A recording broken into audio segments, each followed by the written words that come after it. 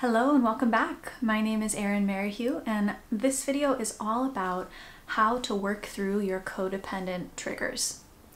So I found in my own experience and through coaching many people on their codependency that when we're in the heat of the moment and we notice a codependent trigger coming up for us, the easier part is noticing that it's happening. That we are merging with someone else's feelings, that we are taking on someone else's emotional discomfort as if it's our own and feeling like we have to manage, fix, or control the outcome. We are seeing someone else in distress or seeing them in a difficult experience, or maybe just in an experience or a choice that we don't agree with or approve of. And we're feeling this kind of heightened sense of responsibility and ownership over their choices and feelings and actions. So that's the easy part, when we start to notice, okay, here's where my codependency is showing up. The harder part is, how do I do something different in a way that still maintains my authenticity and isn't just completely opting out of my relational interactions? Because the place where we get stuck is the pattern is so engraved in our ways of being that we almost don't know how to do anything other than just completely stop. And then we're like deer in headlights, so we don't feel like we have a way forward, and it can get really awkward and just downright uncomfortable in those moments. So this video is all about, once you notice the places where your codependent triggers are likely to come up or where you find yourself getting stuck, what is a simple way to start moving in the direction of more authenticity without completely emotionally disengaging? How do you do something a little bit different? So I want to just preface this whole approach by saying that my personal orientation to codependency is that it is not a diagnosis, it's not a label. I don't call myself a codependent. I think that codependency is a coping pattern.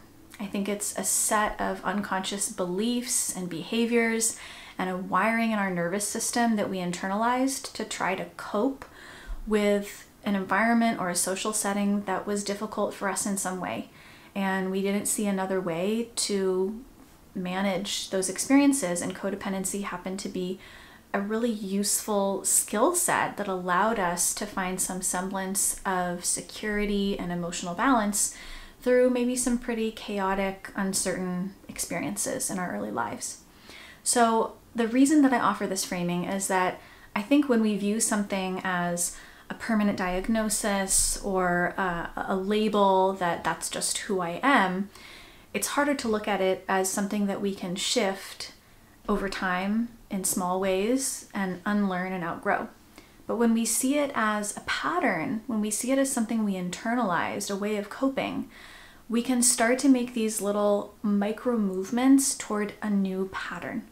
And we actually can see a path of healing from that lens of, this is a pattern I can shift, I can build a new pattern, I can migrate from this old pattern to this new pattern, versus this is who I am and I just have to deal with this. So I just offer that lens for you if you are someone who notices codependency, emotional codependency coming up in your life. I invite you to view it as a coping pattern that you are going to patiently, compassionately examine and shift over time. And I hope this video can just give you a few little baby steps that get you moving in the right direction. Okay, so I want to kind of introduce the tools that I'm going to share here as one approach to looking at codependency. I do run a 2-month program called the Overcoming Codependency Program, where we really dive in with a lot more tools and approaches, but in the interest of time and brevity and just giving you something quick to try out in your life, I'm just going to focus in on one central theme in codependency. And that is that when our codependency is coming up as adults, typically there is some kind of role confusion happening inside of us. What I mean by this is, in that moment when I see that person in an uncomfortable feeling and something in me mobilizes and my nervous system activates and I start to move into that codependent patterning of, I have to fix it for them, oh my God, I can't believe they feel this way. How can I get them out of this feeling? How can I de-escalate them? And I can feel that I'm losing connection to myself. I'm actively self-abandoning, not on purpose, but it's just happening. And I'm going into emotional intensity and I'm escalating and seeing them escalated. When I notice that, typically when I'm in that codependent patterning, there is a fundamental role confusion that is at play. And that role confusion is usually something about who I am supposed to be for the other person in that moment. So I find in my codependency, and this is a pretty common theme across other people's codependency as well, so see if it resonates with you. With my codependency, it's usually some version of, I have to get this person to stop feeling the way they feel and come back to center. I have to get this person to make a more responsible choice. I have to get this person to see the truth about this situation so they don't suffer anymore. You can start to see that there's this role that I have unconsciously stepped into that is so much pressure. I single-handedly am responsible for shifting something about this other person's experience. That degree of pressure would create immense stress in any person. It is too much for us to handle when we believe that we are solely responsible for fixing, changing, controlling, managing, rescuing someone else from their own discomfort. So when we start to experience those codependent activations, right? I have to change this person, I have to fix it, I have to rescue them, I have to do something different. They can't be making that choice, they can't be taking that action. The invitation is to look for, what is the role I think I'm supposed to be playing right now? Am I supposed to be rescuing them from this feeling? Am I supposed to be stepping in and helping them come back to emotional balance? Like just starting to get curious, what is the role I'm telling myself I'm supposed to be playing right now? And usually when we start to examine this, we have kind of a split experience. One part of us is like, but that is the role. I am supposed to play that. I am supposed to get them out of discomfort. I am supposed to help them make better choices. And then there's this other part, this kind of like this wise self that comes in and goes, something about that doesn't really feel like what's actually needed here. Something about that doesn't feel quite right. I don't fully trust that that is the role I'm supposed to be playing here. So just so you know, it's very common that one part of us really clings to this role, and that's usually the part that actually developed a pattern to begin with, that took on the codependent patterning in order to try to feel safe and connected and loved and a sense of belonging. So it's okay to have this part of us that kind of feels like, well, wait a minute, that is the role I'm supposed to have. But we also want to grow this muscle of understanding that just because some part of me feels this sense of urgency and this sense of hyper responsibility to get other people out of distress or out of uncomfortable situations, that isn't maybe necessarily what is the highest good in our relationships.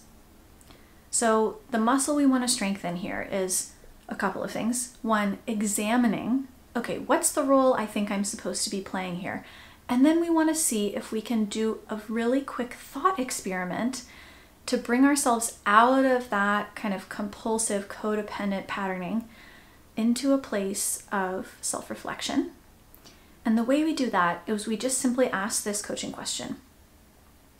If it wasn't my job to fill in the blank with the role you thought you were supposed to be playing, how would I view this situation? If it wasn't my job to get this person out of their uncomfortable feelings, how would I view this situation? If it wasn't my job to convince this person that they need to make a different choice, how would I view this situation? If it wasn't my job to manage this person's distress, how would I view this situation? Now, the reason that I don't ask, what would I do, is because we don't want to mentalize this question. We want to take this observer stance where we really are just giving ourselves space to see the difference between our pattern and what else is available to us here. So in the pattern, we're locked into this very specific role. I have to get this person to do X, fill in the blank with whatever X is for you in that situation. And what we want to do is just open up possibility a little bit and say, well, if that wasn't my job, if that wasn't the only option here, what else would be possible? What else would I see? And usually we start to access a little bit more visibility from our adult self. We start to access a little bit more creativity, a little bit more of our natural wisdom and intuition. And we start to see that, oh, okay, I would see that maybe this person is actually right where they need to be. Or maybe I would see that this person's discomfort is not a problem to be solved. It's an experience to just be with them in. Or maybe I would see that these are really uncomfortable choices for me to witness because they remind me of really difficult things I struggled with in my past, and it's almost intolerable for me to sit with this person through this.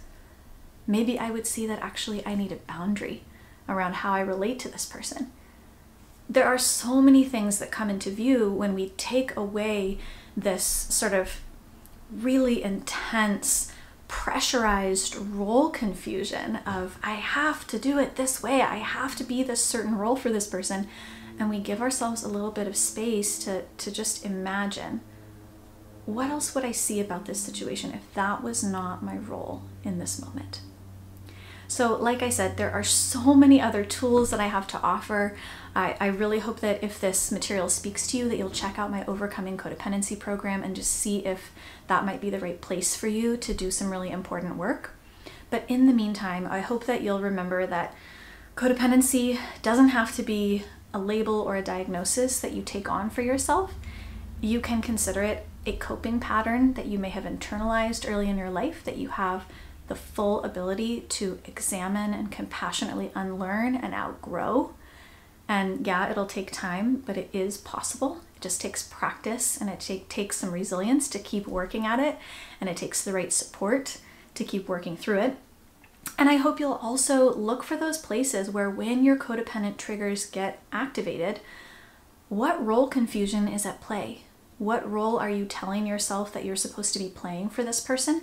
And when you give yourself that space to examine that role and see what you would see about the situation if that wasn't your job, what comes into view? What intuitive wisdom surfaces for you that allows you to navigate those relational spaces with a little bit more grace, a little bit more grounding, and a little bit more loyalty to your own experience and your own authenticity? All right, my friends, I hope that's useful. Please leave questions or comments below in the comments section. I'd love to hear from you how this lands for you. And I'm just wishing you all the best with working on your codependent patterns, and I will be right there with you, working alongside you. Yeah, this is really important, beautiful work, and I'm honored to be doing it with you. All right, take care.